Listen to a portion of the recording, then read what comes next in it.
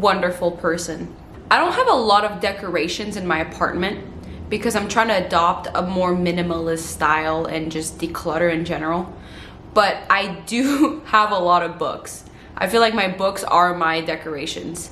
So I decided to do a little bit of a video, show a tiny tour of a bunch of books I have just laying around my place so you know what it looks like. I want to share with you some of the most valuable books I've read.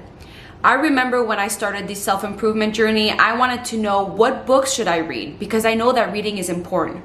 So I've decided to put a little bit of thought into different categories of self-improvement and what book I would classify as the most impactful in my life. And if you haven't read it, that's awesome. Now you have a recommendation because by now you should know me and like me and just follow my advice, right? I almost feel like me telling you these books is like giving you secrets to success. Let's start with a category of productivity. I have chosen to put the book The 7 Habits of Highly Effective People by Stephen Covey. I love this book because it is timeless. It has been written a while ago and it still applies today. And the reason why I like it so much, it's because it gave me a structure. I don't know if this is my OCD brain, and I don't want to say that I don't have OCD, but I have like patterns that are very obsessive, where I like to see numbers and I like to see structure and I like to see a perfect diagram basically of things that make sense. So that book gives you a lot of structure. Everything kind of fits perfectly. It almost, I just feel like I just put a warm blanket on me just thinking about how well the book is structured, because we all know that time is money, and if you want to make more money you got to value your time more. And how can you value your time the best way? It's by being more efficient, and that book teaches you exactly that. It gives you good principles to live by. I think it's amazing. You should check it out.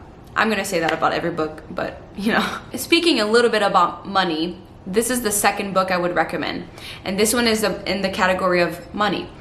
The book is The Millionaire Fastlane by MJ DeMarco. I'm like thinking of this on the top of my head, that's why it's a little bit. So that book was mind-blowing. It kind of showed me the true path of financial freedom, and it wasn't a bullshit guide that you see online about passive income and stuff. It truly shows the best way to become a millionaire. I almost feel like I'm giving you probably the best money book you could ever hear of. If you have an entrepreneurial mindset, I have to add that. So if you're thinking about business and you like the idea of financial freedom and making unlimited amount of money and just prosperity, you should check that out. Book number 3. Let's go in the category of history. It's so completely opposite of the money. But if you want to learn more about human beings and how we became the people we are today, you have to read the book Sapiens by Noah Yuval Harari. I definitely am not saying that properly. It is valuable to know about our history because, especially because if you have an entrepreneurial mindset, or you want to know where we're headed, or you want to know what's problem to solve, that is a good book that is easily digestible to understand the history of humans. It gives you different perspectives about everything that's happened in the past that you don't learn in school. So, I don't know. Great book. It is a bestseller for a reason. That should be on your list. Book number 4. We'll go into like self-help / spirituality. I've said that before.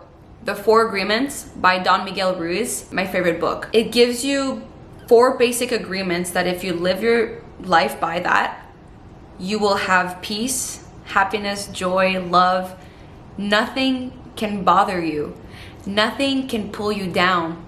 If you live by these 4 agreements, you are able to come out of suffering. It is just simple, but sometimes we overcomplicate everything, and you just have to go back to the basics. You go back to what is simple, because life doesn't have to be as complex as we make it. That book, if you want to have just a basic foundation of how you want to live your life, follow the principles of the 4 agreements.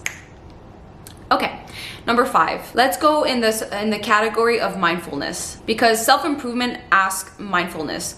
It is actually the key to a lot of our issues nowadays. We do not know how to be mindful. We always react without taking the time to think and pause and analyze. So adding mindfulness to your life will only improve it. And what's giving me a lot of clarity about my issues is by being more mindful, and I got that by reading the book The Power of Now by Eckhart Tolle. That book is not an easy read in the sense of it's a little abstract and you have to concentrate when you read it, and it takes time because you really have to be mindful and read in and take in the information. But I think it is at the root cause of all of our suffering when we're not being mindful, when we're not being present. All of our suffering comes from the anxiety of the future or the depression from the past. Being in the present moment and being mindful should be the solution to everything. And I know it sounds dumb and I feel like I'm being inconsiderate by saying that, but it is the actual reality. That book is so raw. I don't know, I just remember reading that and being mind blown because it just honestly felt like it took a heavy weight off my shoulders. It's not an easy read, like I said, and I think you have to be in the mindset and ready to read that type of book to understand it. But if you are ready and you read it, that can be honestly the most life-changing book you'll ever read. And obviously, I think I repeat myself saying that these books are valuable and life-changing and mind-blowing, but I'm giving you like the best books I've read. So I'm gonna feel similar to all of them. Okay, next category, number 7 or 6. I don't know where I'm at. Actually, I don't even know how to call this category. I wanted to call it addiction, but it doesn't sound like a category. But it's kind of realizing maybe the issues that we're all facing nowadays. Every one of us are struggling with some sort of addiction to some level. It could be like truly addiction from drugs, but a lot of us are addicted to our phones, our social media, watching TV, eating, exercising, and self-improvement. Everybody's addicted to something to some extent. And to understand addiction is to understand dopamine. The book Dopamine Nation by Anna Lemke. Our world is so pleasure saturated. Everything is about pleasure. Everything is about dopamine. And that book tackles the danger of being in such an overstimulated world, an over-medicated world. So I love that she was able to put a book that explains how pressing this issue is and how we have to be careful, because addiction is driving everybody to mental illness and suffering, and it really doesn't help the world we live in right now because there are so many other issues. And now we're adding technology that's sucking you in, we're adding new drugs, we're adding access to so many different types of addictions because comfort is everywhere around us, pleasure is everywhere around us.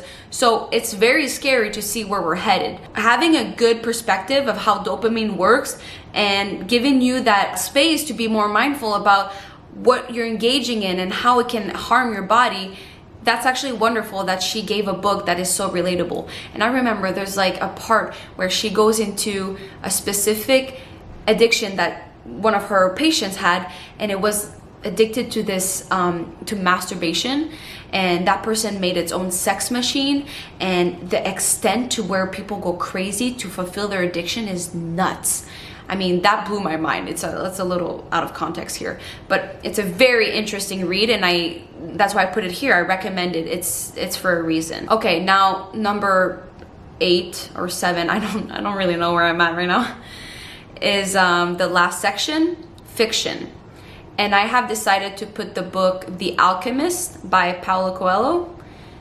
That book I read while I was in college. It's probably the first book I've read in this whole list. It follows the story of this guy on his quest to personal fulfillment, to self-discovery, to following one's dreams. And I think that's the path I'm on right now. And I connect to that person so well. And I know it sounds very vague, like as a description of the book, but I just don't want to give the book away. If you trust me, you will go read it. I mean, I would read it and I would just cry for some reason because it felt so real. And one of the common thing that happens in there, it shows that obstacles are not end all be all situations of your own dream. They're just part of the journey. They're part of the path. And the way that it's described and the way that the story unfolds, that's what makes it even more beautiful. It's a wonderful story. I just hope you can trust me on that. I don't want to say too much about it. I don't want to give anything away. I just want you to experience it for yourself and understand that that book can really speak to your soul. So yeah, this was my small list of different categories, the best books I've read. I wonder what you think about it, if you've read any, and I would love for you to put in the comments if you have a book that you would highly recommend, because we're here to help each other. So if you have one book you're like, this is the book that no matter who you are, I would suggest you read it because it can blow your mind. It can change your life, share it with the world. Don't hold that for yourself. We're here to create a community of people that self-improve and make each other better. So let's do that together. So thank you for watching. I'm so happy I shared this with you. This excites me. I love books. And I will see you tomorrow in another video. Mwah. Love you.